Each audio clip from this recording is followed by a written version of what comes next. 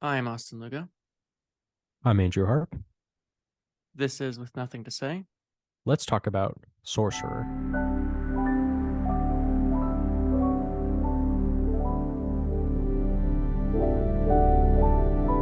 Before we get into this week's film, next week we are going to be watching Monrovia, Indiana. We talked a little bit in the after show just a couple of weeks ago about this filmmaker. He seems like a really exciting filmmaker. I've been really wanting to get into his stuff, but He's a young life, whippersnapper. a young whippersnapper, he's like in his 80s, isn't he? He's super old. No, he's in his 90s. He's in his 90s. Is he still He's got making a new stuff? no, he's got a new one out this year. Oh, man. This man, he just doesn't It's stop. cool. He'll never stop. Yeah, He'll I live like him a lot. forever. But I'm excited. I mean, everything you've talked about him seems amazing, and I really wanted to watch him in these last few weeks, but life has been Yeah, I've been extremely busy. chaotic. I'm So busy just too. watching any movie has been, ugh, Well, it's been a and the hassle. Wiseman documentaries, they're not all like this, but they're all 2, 3, 4 hours long. Okay. Monrovia, I think Monrovia is 2.5 hours long.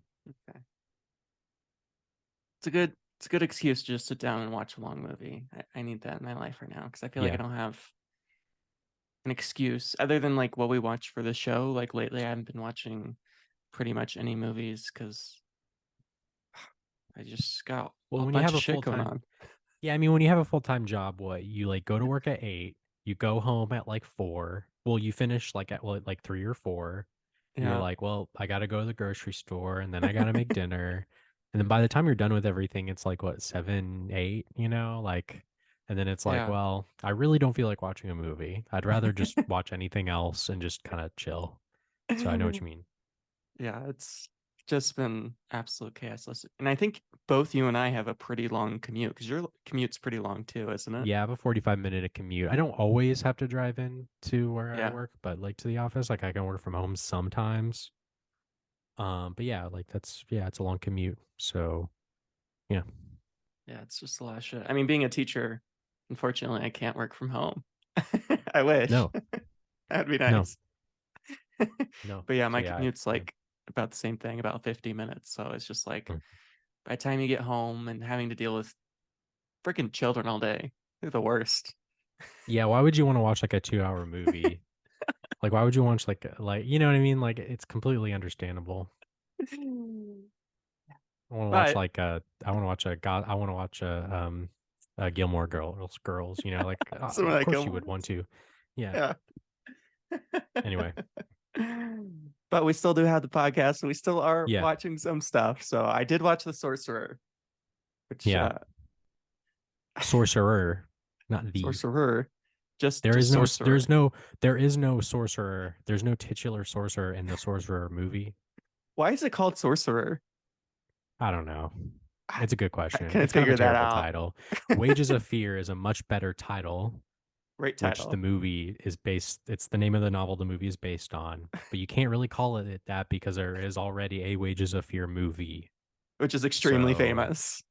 yeah, and this movie came out and it did not do well financially, especially since it came out the same year as Star Wars. No, So 1977. So that's tough.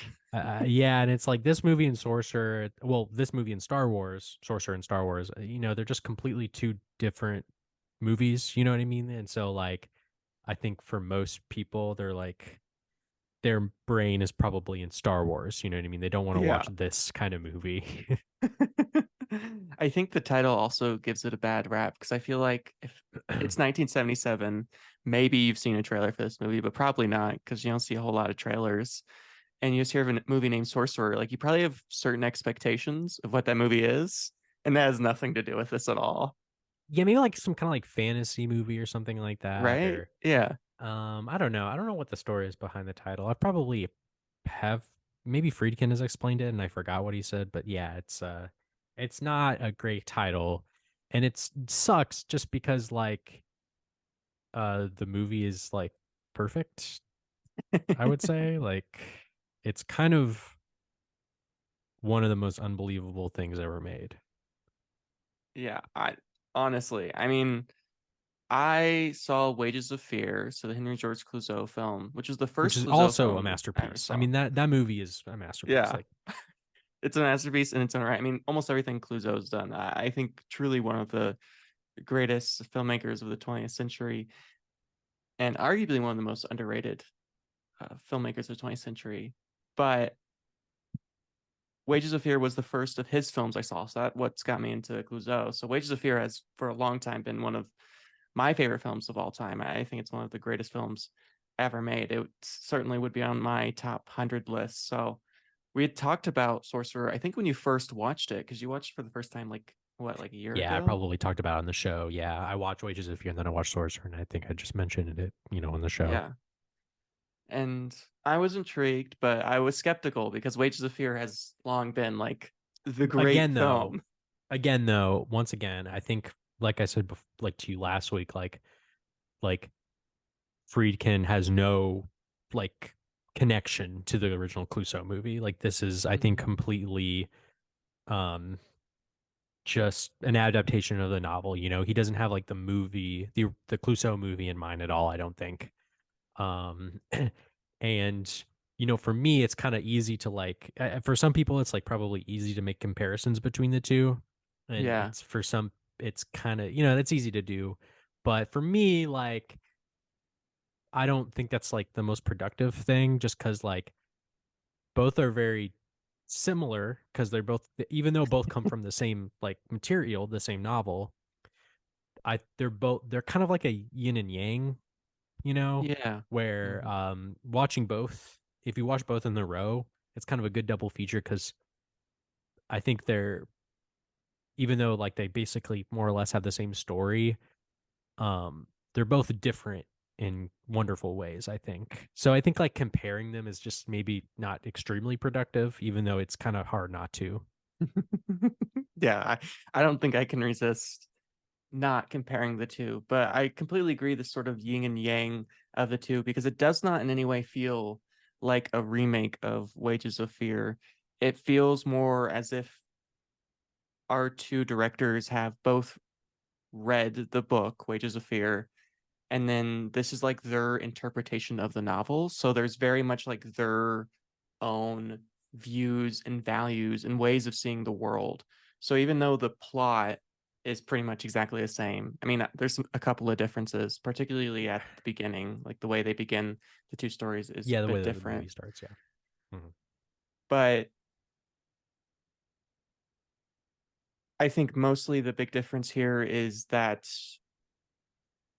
Sorcerer has a very different perspective on the world than Clouseau does. And neither of them are a positive perspective, by the way. Like they're both negative, as the book is, but like the way they see human ambition and greed is very different. There's like way more dialogue on Wages of Fear too. There's like so much more talking and stuff like that. And like Wages of, so like Wages of Fear, like it starts like in the village, in the South American village, right? And then it kind of, Yeah. through the conversations between characters, you start to learn more and more about all the characters and like where they come from and what they did. In this movie, you see from the beginning what the main characters did and why they ended up there. And then they don't really talk all that much about themselves, throughout the rest of the movie. Yeah, Um, that yeah. I I find that endlessly fascinating. And partly, of course, it's just like a matter of when these films were made, because Clouseau is definitely making his film during the era, at least towards the end of the era of the talkies. So when films are just very, very talk heavy and a lot of story is told through dialogue, and that's a way Clouseau loved to tell stories. Was like he didn't want anyone Yeah, it's fine.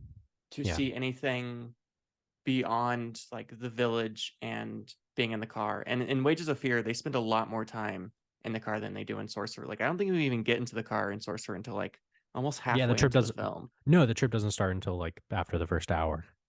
which is But I wild. I did think, not but I expect think that. Wages of Fear is the same way, right? Like they don't really start the trip until like probably a little while after.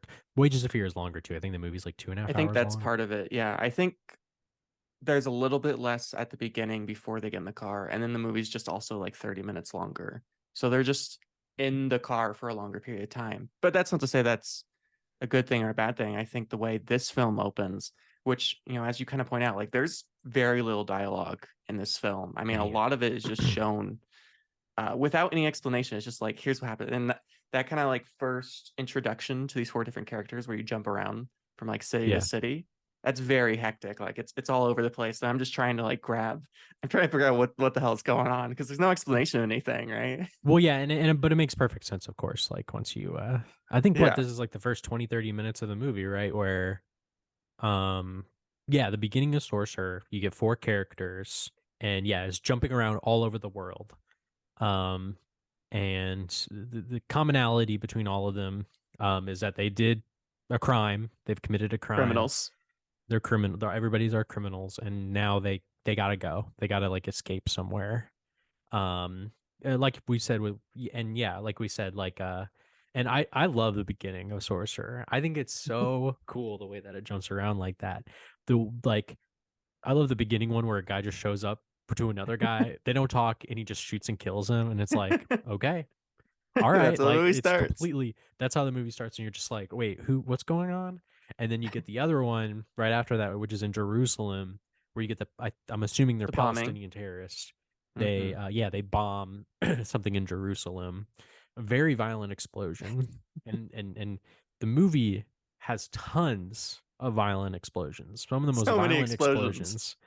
Great And explosions. yeah, and so like the terrorists, they get, it's like three of them, and two of them, one of them gets captured, one of them gets killed, and the other gets away.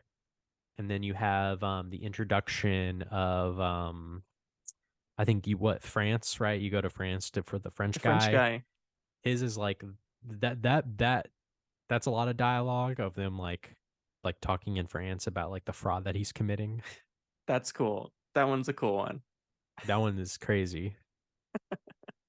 Yeah, where like he's like freaking out because they committed fraud, and they need what do they say they need? They need they need money.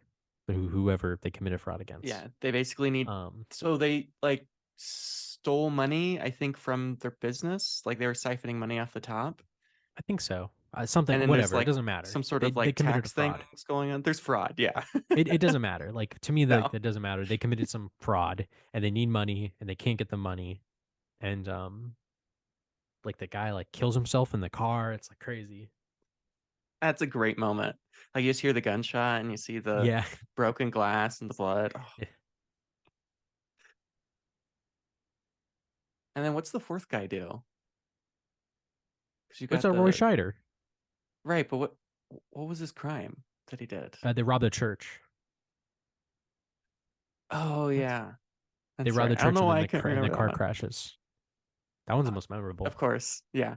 That's the Great one where car like yeah, crash that's the one where they go to the church, right? And like they for some reason decide to steal from the church like all the collections from the church. because the And church is it's a tax haven, so like the mob or the mafia basically like puts their right. money, which you see in The Sopranos and like a lot of those mob shows, right? They That's like put true. their Yeah. money through a church, like Black Right. Caesar. They do that there too because it's a They tax do haven. that. Yeah. Right. Yeah. Yeah. And like they have a wedding, and for some reason like they decide to add in the detail where like there's like a wedding, and they show like the couple getting married, and the That's woman great. has like a black eye. It's like what the hell? Like Yeah, I don't know what's this going on movie there. this movie is so miserable. It's like There are hell. no good people. Everyone is pure evil. Well, everything is just completely like, I don't know, just it's just everything is on its head. Like, it's just like everything is already ruined, it feels like. Yeah. It By feels the like Yeah, continue. Yeah.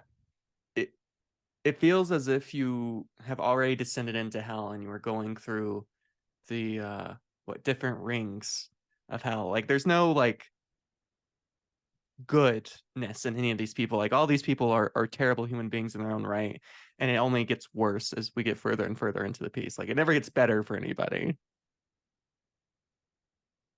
Yeah, nothing gets better, nothing's ever going to get better. Everything was already ruined since the beginning. Like everything is already messed up. Like your destiny has already been determined that like you will, die horribly for nothing. And it's just like just right from the beginning everything is like cursed and just ruined, and um By the way, I got to give a big shout out to the man who at this point is like a podcast. Um, I want to say MVP, Roy Scheider, who we've seen him in this movie, we've seen him in The French Connection, we've seen him in all that Yeah. jazz, and he We is see him so all the good. time. He's such a good actor. He's great in this movie. His face, his like facial expressions in this movie are so great. He is one of the great silent actors. Like his ability to express emotions without having Hmm. to like you utilize dialogue, just like the way he can move his space, especially because it can be so subtle, right? It's not like one of those big emotions like some actors who are just kind of like your Yeah, James Dean, right? Who are just like really big and really small. he's cool. Here he's so cool and collected and just like those awful moments are just so subtle and like if you're not looking hard enough you could just miss it and it's perfect. It really is every time. Yeah, he's the MVP. He's in all these. He's also, I mean, he's great in Jaws, of course. That's probably his most famous role. In that movie, he has a lot of dialogue. Sure And all that does. jazz, he has a lot of dialogue. So I don't know. He's a great actor, and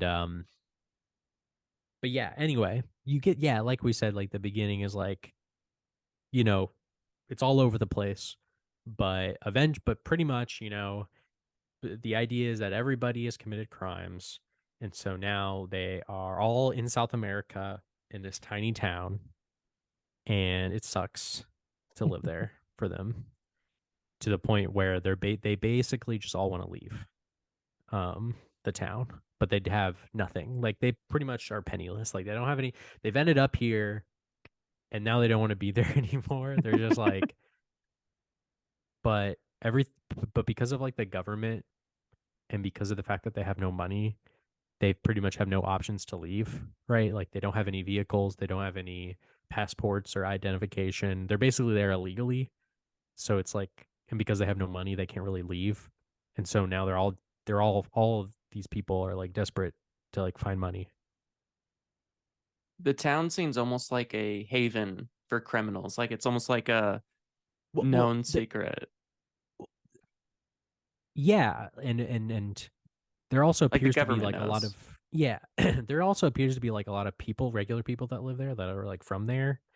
But I think Yeah. they all like work for the oil company, right? Everyone works for the oil company. Yeah. Which is obviously like, you know, a big part of the movie, of course. Some American is out there drilling for oil. He's got to get that sweet oil, that sweet black gold. He's got to make the big bucks.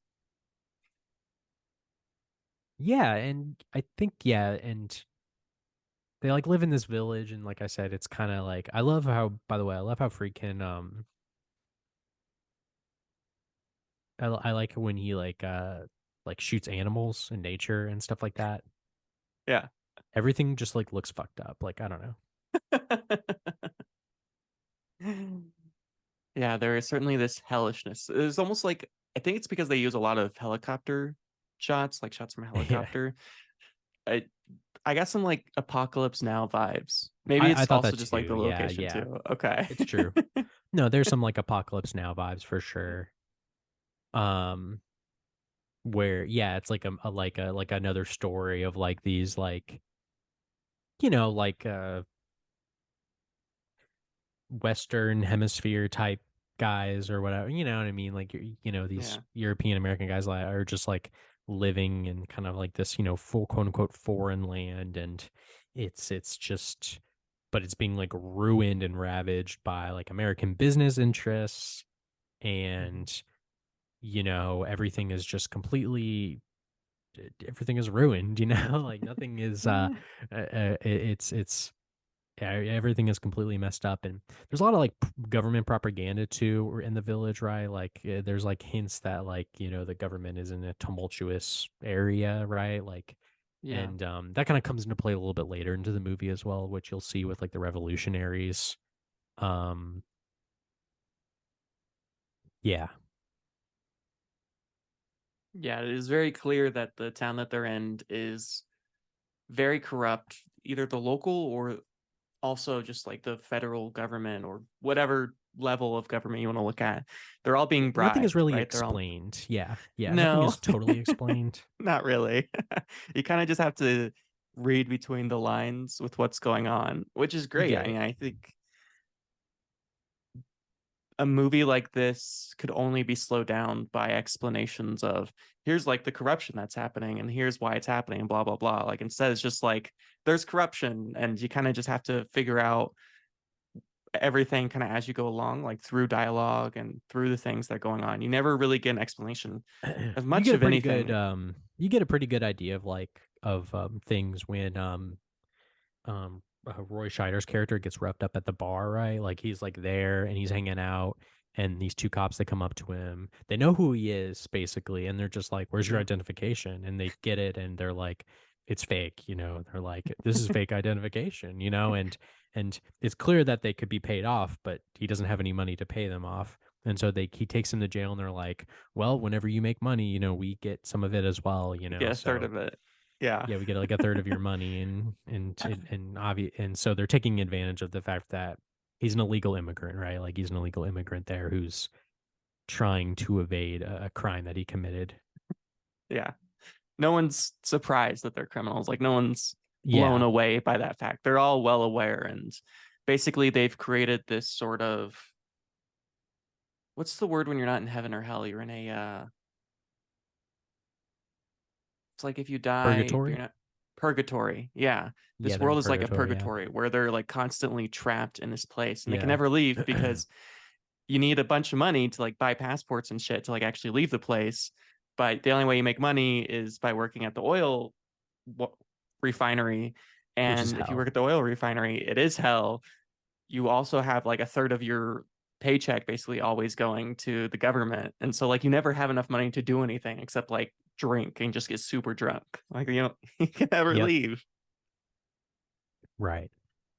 But of course, as what the movie is all about, the well, which is like what 200 miles away from the village, Something like that. um, Yeah.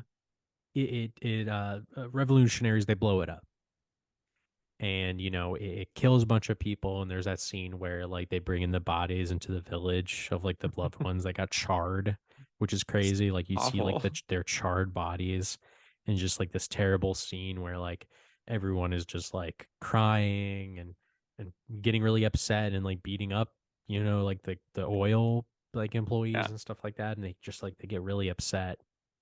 And the oil baron guy, maybe not even a baron, he's like a manager. He's like the manager or He's something like like a that. manager. Like he's not even like a guy. Like he's He's middle like management. yeah, he's like a middle management guy. Yeah, he's not even like he doesn't even own it, right? Like he's just like a No. guy doing his job. Like Yeah. he gets like his job is to get the well operational as soon as possible with very little, you know, with spending little money, you know, at least as little money as possible. And so they're like, okay, we need to get the well explodes and, you know, they got to get the fire out. Like it's on fire and it's spouting up into the air. Um, so they're like, okay, we need to blow it up with dynamite. Um, I don't know how that works. I'm guessing it just if you blow it up with dynamite, I'm guessing it's just because you can't put it out with water because it's going to keep going. Because it's Like oil. Yeah. there's no amount of water in the world that could do that.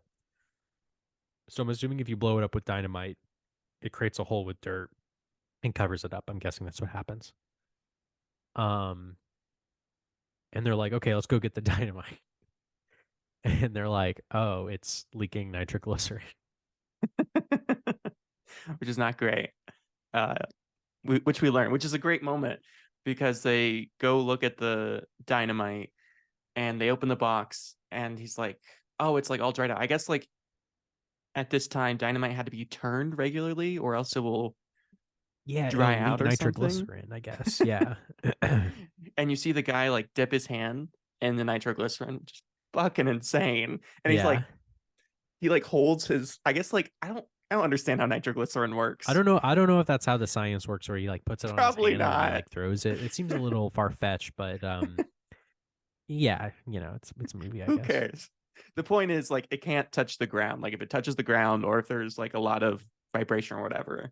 So like he dips his hand in nitroglycerin, he holds his other hand under it, and then he like tosses it, and there's like a little tiny explosion from like that just Yeah. tiny bit. I don't Yeah, know. I yeah, don't. yeah. And he's just It's like, great. yo, this can we can barely move. Like this is not gonna work. Like this dynamite is ruined. Like we got to do something else. And of course, the oil guy is just like, you still use it, and he's like, yeah, like we if we could still use it. And he's like, okay, let's do that. Like we'll transport it.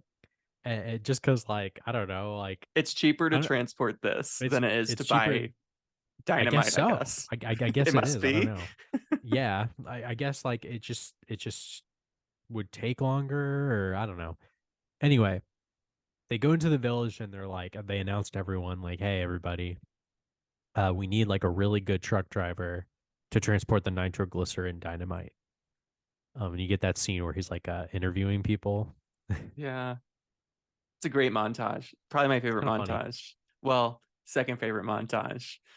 He's like interviewing them while they drive their trucks. It's really, and Yeah. they're properly driving these things. Like they got the stick shift and the whole thing Well, going Roy on Scheider is the best, and then some of them are like not good at it at all, at all. right? Like, They have no idea what's going on because they were originally gonna try to utilize like a helicopter because that would make the most sense, right? You just get a helicopter, you put in a helicopter. But the thing is, like, the only way you can put in a helicopter is if you hang it from like 20 feet below it. And he's like, if we get any turbulence at all between like here yeah, they couldn't do. and They were thinking about doing helicopter, but they're like, no, you can't do that. no, it would It's blow too. up. It basically blows up like a whole like giant fucking area. Yeah, like no, it's not going to It work wasn't out. gonna So work. they're going to do the trucks, which sometimes like when they're sometimes it's like you see them drive the trucks with the dynamite in the movie, and you're just like, that's not going to set it off. Like it's kind of like rocking around. I don't know. There's a bit of It, suspension of disbelief.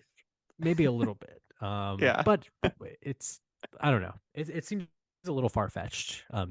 That they would it would not explode in some scenes where you see them driving around the jungle. Um, I like too the montage where they're like getting the trucks ready. That's fun to watch It's the best montage. It's my favorite montage in this movie. It is a perfect montage. It is what every montage should look like. I mean, it's because everything they're about gearing it. up for like the craziest trip ever, right? Like they're they're getting ready for like the like worst thing, like just like the scariest thing imaginable, like having to transport all this stuff. Uh, and they show them like getting ready, like they put like the three crates of like dynamite and they put like I think sawdust or whatever around them so they can like stay Yeah. in place. Um, yeah, and they head out, and I mean, this movie's so packed, like so much happens even before the trip even begins. Like you like I don't know, it just seems this is a very packed movie with like a lot of stuff. And so when that trip actually begins, which is a very big part of the movie, you're already like halfway done with it. It's crazy. Yeah, I was not expecting that. And I mean, it works perfectly because I think by this point we are just so attached to these four characters that their lives feel very much in danger and we care very much about like if they live or die. So I think it was a smart move, especially like Yeah. because I've seen Wages of Fear, so I know what happens, uh, Yeah, or at yeah, least yeah, yeah. You have a good idea what hypothetically, happens. Yeah. right? You know that basically most of them are gonna die. So I'm trying to figure out like which one's gonna live, right? Who's gonna be, and of course, like the first one you think is like it's gonna be Roy because he's the most famous actor, Yeah, he's like the and main he's character, great. sort of. But then my thought is, well, maybe this is like a Scream situation where like we could have like a famous actor and they die early on. So it's like maybe he like, Yeah. yeah, right. They kill him off early because he's like expected to live. So my bet was the French guy because that guy had like the most outside of his life. He had like the wife and like he had abandoned all that and he has the watch. Yeah. Look at the watch. Yeah, yeah, which yeah, that scene where he gives up the watch. It's great, man. But then we're off. We're off driving Yeah. these trucks. Fucking terrifying. They're going like 10 miles. And of course, right, we're not driving on highways here. It's not a paved road. It's like dirt. It's like horrible, like cramped, like dirt jungle roads, and um, I feel like in the original Wages of Fear, it's more like desert that they're driving through. I feel like they're not really driving Yes. more through jungles, like leafy jungles. Like if I'm remembering correctly, Wages of Fear is more like deserty kind of dirt plains, I feel like. Yeah, Am I I think mistaken so. or No, I think you're right. I think there yeah, is you kind of some like yeah. jungle stuff, but not nearly as much. Yeah, this is like They're in the there fucking are some of jungle. those with like when they do the handheld footage of them like driving really fast through the jungle, like from like the Yeah, perspective as if you're driving, it's like jarring. It's like, oh my God, I'm gonna crash the car. it's It's terrifying. crazy. It's just like I just think that like that kind of reminds me of like when like Friedkin in like the French Connection, he does like those car chases where he's like filming Yeah, just like filming through the city and he's just like right there in the front, like ah, so good. no one can film a car scene, which is why I think he's really the perfect person to do this because no one films a car Yeah, quite like Friedkin does. Like it's yeah, just he's so like good. it's just so good.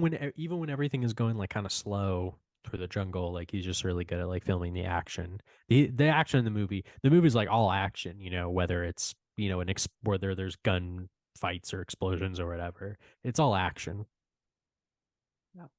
And of course, they drive through the whole jungle and they all make it there safely, and that's the end of the movie. Yeah, that's the end of the movie. They get their money and everybody's really happy and they leave. Nothing bad happens at all. Uh, I love the scene, of course, where like um they get to the log bridge, right? And I remember that scene distinctly from the original movie. That scene is really long. Yeah, Um, but like that scene, even though it's shorter in the Sorcerer, like the original movie, that part where they're trying to drive over the log bridge, yeah. is like very tense. Uh, Especially when they crack through it and they fall and it shifts the boxes a little bit. Oh, oh, oh, that moment. Oh man. I was like, oh shit, what's gonna happen? It's so intense. And one of the challenging things in both films is that because through most of the film you have both cars going through like the same thing, is how do you like you don't want to just film the same thing twice because that would be boring. So you have to make like individual conflicts. And for the first one, I think you only see one of them go over the log bridge. I think you only see the second group go through the log bridge. Because I think like the first group just like leaves a note and they're like, good luck. And Yeah. so Yeah. Sometimes like and yeah, like now that I'm thinking about it, like Sorcerer and the original movie, they do things where something will happen, but maybe you don't see it on screen, you know? yeah, yeah. Um, so yeah, it is an example in Sorcerer where they get over it and they're like, good luck, you know, like, and then you see them do it and it's just a And great scene. I love like all the arguments of like who's gonna guide and who's gonna drive. Because no one wants to fucking drive. Because they're like, if I No one wants to drive, drive. like I'm gonna blow up. It's yeah, because it's just like it's the most nerve-wracking experience ever, like having to do it. And as a viewer, it's super nerve-wracking. Like, I mean, we're just like, what the hell? Like, how it just would not It, be worth it. And in this movie too, and in Sorcerer as well, like the elements, of course, as we've discussed, are just unbelievable with just fire and the water, especially with the rain and yeah, later on, which is really difficult uh, as a viewer to watch them like having to like get through the rain. It's just like that whole part of the movie. I mean, is just amazing. it's absolutely wonderful. And just every moment is just so tense. And that moment where, his tire goes down and gets stuck, and you're like, oh, right. And then like you have to see, and then it's even worse because like now he's in the hole, right? He didn't explode, but now he's got to get like out of that little like Right, divot. And so he exactly. has Are to you talking like about the log slowly rock bridge? back. Yeah, at the log bridge. Oh yeah. I mean, they're able to get out. Yeah. That's so intense. But I think obviously the rope bridge is worse though. I Oh think, my God. The rope which bridge. is like I don't So think good they that's do in it the original twice. movie. Yeah, they had to No, do I it don't think twice. Yeah, so. I don't think so. and it's clearly like a vehicle actually going over like an actual bridge, like in an actual location. You know, there's no Yeah, set, I don't know like what the safety was behind this, but it looks extremely dangerous. No, that's the thing about the movie that makes it so good. It actually like feels like you're watching something that's dangerous. Like it's a very dangerous movie. Which is like his thing, right? He did that in the French Yeah. Connection too, like all those car chase And scenes. Like he didn't Exorcist like, too.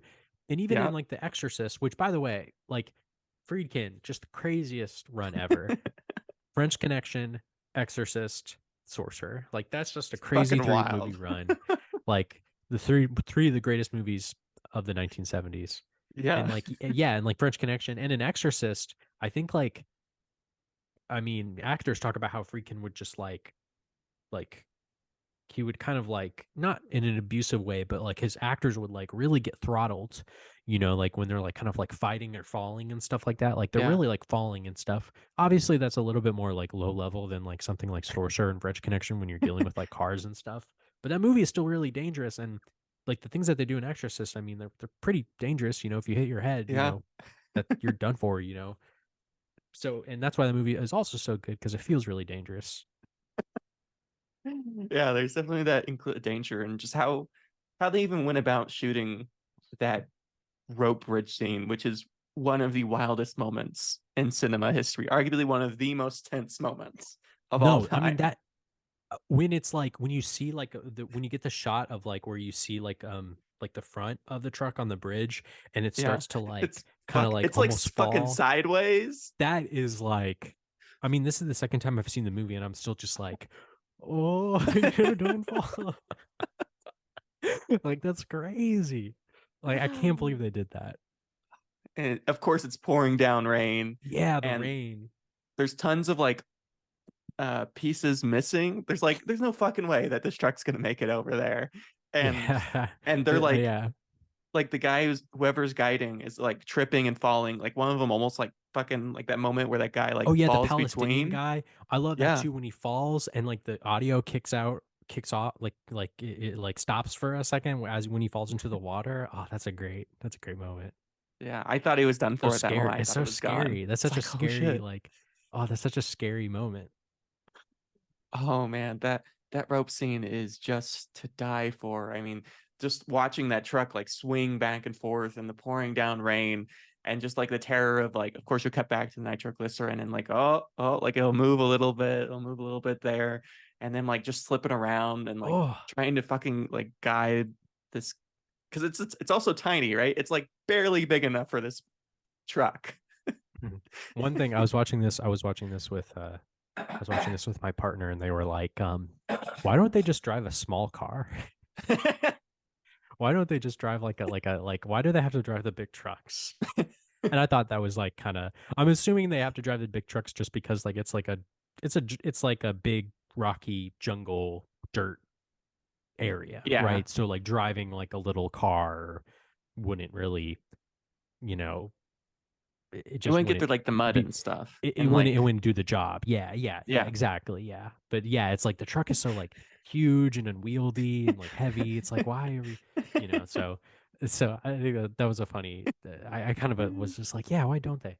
Anyway, yeah, I mean just the scene with the rope bridge is just so like you said they got to do it twice. And both times it's just as intense. Like you think like after the first time, you're like, oh, good, we did it. But they do it a But then, second but time then, and it's still but the second time is just even worse bad. because you're just It's even like, no, they worse. cannot do it the second time. There's no way it's gonna work the second time. And like the water, it's flooding so much that the water is like, I think up to the bridge by the Pretty time the second close. one goes across. Yeah. So it's really quite scary. And with the second one, it's even more tense because by the time they get to the end of the bridge, like the rope is breaking and like they've tied like I think like a cable like the truck cable Yeah. around something and that starts so there's like several things happening that like are about to break as they're going across the bridge so like everything is just completely like on edge. Everything is just going completely wrong. It is just utter, utter chaos in the worst of ways. But oh man. But they make it across. They do it. Both trucks make it across, much to the relief to all of our viewers, because that moment is just oh, Yeah, well the truck the bridge breaks and you think like they didn't make it, did they? But then later on it's so anticlimactic it when is. because they get to a tree that's fallen, Yeah. and you get that great part where Roy Scheider, he like freaks out, like he gets so upset because it's like we went through all this way and there's a big tree, and like how And are we there's gonna just get like a this tree? tree. Yeah, and like I love too, like the French guy and the Palestinian. You think they might have fallen, and they just kind of just unclimactically walk They up to show them, and up. they're like, "Oh hey," like, "Oh okay, I guess they made it." Okay. It just the movie kind of refuses to give you any kind of like positive, triumphant, heroic moment, right? Yeah. It refuses to indulge in any sort of satisfaction at any moment. I guess you do get a little bit like, "Oh, they made it." Okay.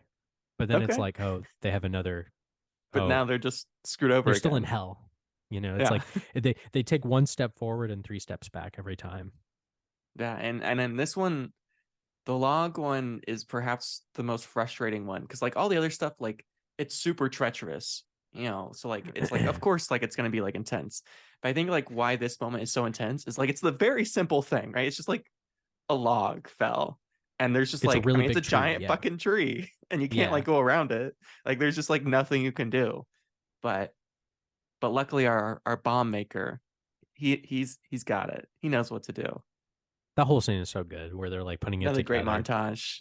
Yeah, where they're like, you're just like, okay, what's going on? Like, what are they going to do? And you start to like put together what they're going to do. And then that's a really, that we were talking about how like the movie doesn't give you any like satisfying moment. That's a really satisfying moment when you It finally is. find out like how they're going to like blow the dynamite up in the tree.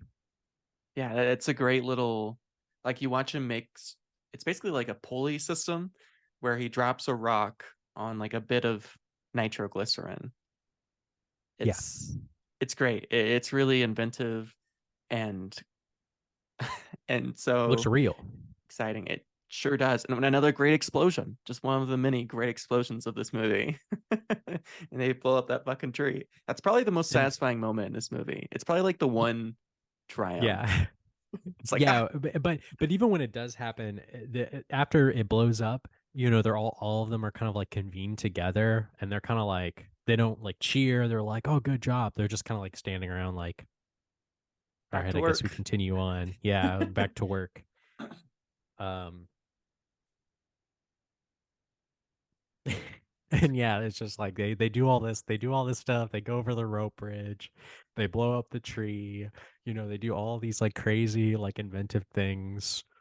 And then yeah, you get like the scene with like the Palestinian guy and the French guy, and they're driving, and the French guy is like, "Oh yeah, my wife, I can't wait to see her, I really miss her. I love her a lot." And it's like the one like bit of like love and compassion in the movie that you get, where it's Yeah, just like a guy talking to like French guy talking about his wife that he loves, and then their tire blows out, they go off the road and they die. that's it. Like I love That's it. it's kill him in like the most simple way. It's like they go through all these like terrible, There's nothing they could have done treacherous, about awful it. things. It's just like right. It's bad luck, right? It's just like a tire blows. Like that just happened. That's just something that happens. Yeah. And that French guy has this wonderful line, which is like his last line before their truck blows up, and he says, "In Paris, it's 5 minutes to 9," because he's looking at his Yes. watch Yeah, that's a as great a line. perfect Oh, line. beautiful. Oh, and you're just like, Paris, oh, it's 5 minutes to 9. Oh, it's oh terrible. man, and then And just like you blow they up. explode. I think in that scene is is quite different than the original, if I'm remembering correctly. I Yes, know we keep comparing the two because like you actually never actually see them explode. The other truck goes over where they exploded, and they're just like, they exploded. Like, what happened? yeah, Like, you don't know. They just did. Like that's how like temperamental like it is, right? Like it just yeah. goes off. They went over. They could have anything could have happened to make him explode because it's the nitroglycerin is that temperamental. Um, and Sorcerer, you do actually see them explode. In a way that Can't would make resist a good sense. explosion. Yeah, you can't. You got to see the explosion. You got to see like well, at least one truck explode. So yeah, yeah, that scene's really sad. And once again, this movie it's just a series of things that go from bad to worse. Where they go over to the wreck and they're just like, and you see Roy Scheider is just like staring at it, like, great. Like, this sucks. And then the revolutionary guy shows up too. Of course, because of course they Goes do, from bad to right? worse. Yeah. And that's another wonderful moment because also like it also again it's just one of those things is like it's just bad luck. Like it's not like something like that's in their way. It's not like something that they had any control over. It's just they happen to be driving down the road. The revolutionaries see them. They don't even know what's in the truck, right? They don't know that it's dynamite. They're really just looking for supplies. Yeah. And so they pull him out of the truck and they're trying to be like, no, no, no, like there's nothing important in here. Like just let us be on our way. We're just trying to. And it's very clear, like these revolutionaries, they're gonna kill him, right? They're gonna No, they're shoot them talking. both. They're like, we're gonna shoot them both in the road. And they're like, and yeah, like Roy Scheider and the assassin. Yeah, they're both like, I don't know. But the assassin, he's got his gun that he which is revealed earlier Badass. on in the movie where he has like a gun and they're like, what the hell? And yeah, he Yeah. gets out his gun and he kills everybody. And then Roy Shatter, he like gets the shovel and he like hits him with it too. Uh, and But then that's a great the assassin yeah. dies, right? He's Oh shot yeah, he he's gets shot by shot. someone, He right? shot Yeah. himself. Yeah. Yeah, and you get that crazy scene where like basically like the Roy Scheider's character Oh is man. essentially like he has entered the demon world, right? Like He sure they're in that has. really weird area. Like it's almost like It's it's like a like desert almost. Like a it's weird like like they're in a canyon, you it's like know? a weird canyon. It looks like a Star Wars movie. Like to go back to Star Wars, it looks like they're in a Star Wars movie location or something like that. Yeah. And they're driving through it, and you're getting kind of like Roy Scheider is like he's being haunted by his past with like the car crash and all this stuff, and and he's like trying to talk to the assassin guy, and he's Because just he's like, trying to hey, keep hey, him alive. he's trying to keep him alive because he's like slowly dying from his gunshot wound, and and yeah, he's just like kind of like losing it. That part of the movie is very purple for some reason. Like It for some is. reason, like the I don't know horizon's really why. purple. It's amazing. Yeah, I think it might have been partly like they were shooting what is that called? Day for night. So like they try to make it look at Yeah, like night, but they shot in the middle of the day because like how the hell would you light that at night? Because like there's nothing around there, right? So there's like I think no there's way a to like I think there's a lot more night scenes in the Wages of Fear. yeah, I yeah. feel like No. the movie's very dark. There's a lot of night driving. It's also in black and white, which I think makes it easier That's to true shoot too. night Yeah, that's a good than point. Yeah, when you're in it is in color. black and white. Right. I think you're right about that. That's a good point. You're right. It is probably like it is kind of like when it's kind of like when like you watch like a newer movie and they try to do day for night, it's like blue. It's like a bluish Yeah, hue. So like yeah, like it kind of makes sense. It's like a purplish hue the way everything looks. but it's Yeah, great. that's a It good works point. perfectly in this Yeah, I think it looks movie good. because it just feels otherworldly. Like it does not feel like you are Yeah. on Earth. I mean, like you Yeah, said, it's like a Star Wars location. It is. it's a fucking science fiction fantasy world. Like It's oh man. And he's driving through it. Doesn't I can't. Does the car just like break down? Does it just not work he anymore? Like I stops don't because understand he why it dies. stops. He Right, the guy stops because he dies. dies, and he takes him out, and he just leaves him there because he's like, "Well, you died." So, and then I think the car dies, and he tries to go back in to turn it back on, and he was just like, like so many things go wrong, and it's like there's nothing you can do about this. And then you get that great scene too, that great moment when it's dark. I guess this scene is filmed at night, clearly, Yeah, where you get like Roy Scheider. He's completely dirty and disgusting. He's carrying a crate of the dynamite. You see something moving like in the darkness, and he comes closer, and you realize it's Roy Scheider carrying one of the crates, and it's like he's lit by like the fire of the oil well. Oh my that god, moment. what an amazing moment! That reminded me of like There Will Be Blood. I thought of that too. Yeah, I'm sure part of it's just like the oil, but Yeah, but just like the lighting of like kind of like the fire, and I don't know. yeah, yeah, that moment. I mean, he fucking does it, right? He's like wobbling around, right? He can barely stand. And literally the Yeah, moment he hands over. And I love like whenever you see anyone else like handle nitroglycerin, like they have like four people holding this like one box and they're like super yeah. careful. And Roy's just like wobbling all over the He place. doesn't Just care. like Yeah, it's like I don't care at this way. Like I just gotta get like he's just like on this mission to get to this end point. And he does it, and you're like, oh, he did it, right? He made it. It's once again, it's not very triumphant. I guess there is kind of like this, like, you are a little relieved. Um, he's like a hero. Like he goes back to the village, and everyone's like, "I can't believe you did that. That's crazy," because everyone else died. Yeah, And he's gonna get a lot of money. He's gonna get $40,000. He's gonna be able to like leave. I think they say like, "We got a plane ready for you. We're gonna take you or whatever." Yeah, there is kind of like this, like, okay, like he's gonna head out, and you get that great moment where he's like sitting there at the table, and it zooms in on Roy Scheider as just kind of like staring at nothing. yeah, because Oh he has that amazing conversation with the middle management guy from the oil company, who's yeah. like, yeah, this is just like one of our mini oil refineries, and like if this one goes out, like whatever. So like it didn't even fucking matter. Like all that work, it was just like meaningless, like totally meaningless to everyone involved. And so like their deaths were like worth nothing, and like the $40,000, like it doesn't fucking matter like at all. Like It, it's it's it's completely it's really like, meaningless. yeah, it's not even like, it's completely like, there's no like satisfaction with it, right? Like No, there's no catharsis with it, because ultimately all these people, include the people who exploded in the oil well, the main characters of the movie who died in the trucks, like ultimately everybody has essentially sacrificed their life for like the company. They work for this company for basically nothing, for basically like 0.0000001 yeah, percent of the wealth that's made off of the land of this country or this land. yeah. And and then they die. Like that's pretty much it. Like they died for the world's most evil company of all time. So it's just And the like, company couldn't even care less. Like they didn't even they care about the couldn't oil they don't refinery.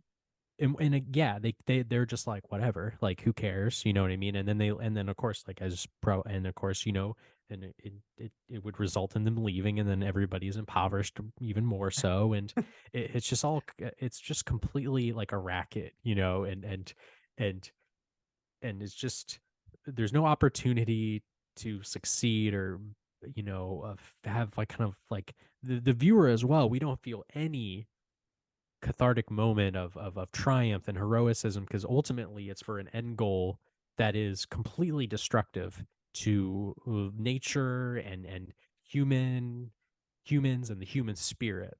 So it's all completely for naught. Yeah, that is such a heartrending moment. And Roy's just like he's fucking over all of it. So he goes over and he asks this older lady to dance with him, who we see at the beginning of the film too. And you kind of think for a moment like, you know what, none of this matters, but like he sees that like only the moment matters, right? Like just living here now, like just having this dance, like that's kind of the thing that matters. And you're like, okay, Yeah. well, like all these people die and all this sucks, but Yeah. maybe there's something, right? Like maybe finally something good has happened. But of course, we pull out of the, which I thought like that's how the movie's gonna end, right? We pull out of the bar and then like cut to black. But of course, as we pull out of the bar, here comes a taxi. And out Yeah. steps out of the taxi is the mafia people that he stole from, ready here to kill him. Yeah, it's just, once again, it's just like, it just kind of goes from bad to worse, right? Like it just doesn't, you know, I'm glad we get that nice moment where he's like dancing with a woman. Yeah, But yeah, it's just completely, um, yeah, it's such a, this movie. So it just guts you like a fish, like it completely, it it, really it it does. refuses, this story, and like the movie that the world that William Friedkin kind of like crafts, is just a movie that refuses to like, it's a movie that refuses to identify any kind of silver lining. But I mean, it has its moments, I guess. Like the French guy talking about Sure. his wife when Roy Scheider dances with a woman. But it's just, as just kind of like messed up as like the world that they inhabit is, with like American like business interests like ruining the world. It's like it's kind of hard for me to say like, oh, well, there's a silver lining to it, and why like I how and I'm not trying to be like a super pessimistic about it, but like that's just kind of like the reality. Yeah,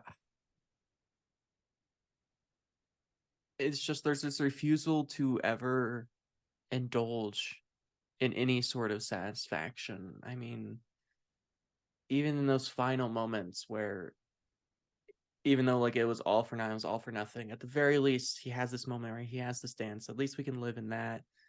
But of course, that too is ruined because he's immediately killed. So like he went through all of this like pain and suffering and all these trials and tribulations and all this shit. And then not only does it not matter, but he just gets killed in the end anyways. Like it didn't even matter that he lived. Like if he had died on the road there, like it wouldn't have made any difference at all to anyone involved. Mhm. Yeah, that's just kind of that's just I guess how it is, right? Like it's That's just you're born, you live, you work, and then you die. Uh, and it's just I don't know, man. Like the movie sounds like a downer, but to me, I find the movie very like revelatory, and I find it very it's a very like especially like when you compare it to like movies today, it's like very like intense and extreme in its depiction of kind of like how like business interests, like American business interests have like ruined the third world and yeah, how greedy they are and how like they don't care like about people at all, and it's all completely about money and like resource and natural resources and stuff. And it's a movie too that I think is also trying to show like the how powerful the human spirit is and how it can overcome like incredible odds, like driving the nitroglycerin through the jungle. But like what good is it if it's for a goal that's destructive? I don't know. Once again, this movie, like, we could go on and on about like the yeah, implications, the themes, and just the socio-political economic issues. Like it's just yeah. yeah. I'm gonna drop some final thoughts about this Yeah. film and give it a rating, which, as you said, I mean, there's just so much that could be said in this film, so many things to talk about and think about. And I think it's very easy to take a pessimistic view of this film, to see this film as very negative and evil. And it's interesting that this film came out the same year as Star Wars, because Star Wars has this very linear idea of what it means to be good and what it means to be evil, right? They're the good guys and they're the Yeah. bad guys, right? It's a very clear Right. line. Yeah. And Yeah. and of course, this is sort of on the opposite end of the spectrum, where even our most evil characters, like our oil middle management people, it seems like in this film, what's being said is like the most evil thing in the world isn't acts of evil, isn't pure acts of evil, it isn't killing, it isn't all of these other things. The most evil thing a person can do is apathy, right? It's just this idea that like just not caring, like that's the worst thing a person can do, like just this basic idea of just like not being interested. It's not that you love them, it's not that you hate them, it's just that like you're totally withdrawn from them, which is what you see from kind of the worst characters here. And those moments where we can kind of make the connection, like that's sort of what makes us human, and that makes what's living worth living. And even though Roy dies in the end, like he has that moment where he just dances with that woman, and in that moment, like he has a human connection, and that's like the only real human connection in this film, other than of course the French guy with his wife. And I find that moment so touching and heartwarming that even though it ends terribly for him and everyone involved, I think it affirms like the value of life and the importance of life and the importance of kind of just being here and being alive and being in this moment and just allowing the world to exist and being part of it. So Yeah. easily a 9 out of 10 for me. Yeah, for me, man, like this is a 10 out of 10 for sure, man. Like I love this movie. It's such a masterpiece. It's just like I mean, I'm not gonna like spend too much time talking about it because I think I've already have, but it's just like it's just like a great adventure. It's just so intense. It's just like it's got so much going on, and it does it so well and within 2 hours. It's got a great cast, it's got a great script, it's got a great story, and I love the story. I love the Wages of Fear story. I think it's perfect for like a movie. Yeah. And I don't know. I just think it's like perfect. I wouldn't change anything. And Freakin himself said like this is his only movie that he wouldn't change a frame of, and I think I would agree with that. I think that it's just I don't know. It's such a powerful movie and a powerful story, and I think it continues to reverberate today. It's just so good, and it's probably the best Friedkin movie. I mean, I love Exorcist and I love French Connection and I love a few others. To Live and Die in L.A. is really good. I almost suggested that one, but I Mhm. think Sorcerer is his best movie. So yeah, Yeah. I can't help but agree. All right, y'all. You can find everything I do at Austin Luca 12. I'm on Letterbox at Retro Andrew RTR0 Andrew. And you can find this podcast wherever you hear podcasts. You also go find us on Instagram, TikTok, and YouTube at Life Through Fiction or With Nothing to Say. And thank you all for listening.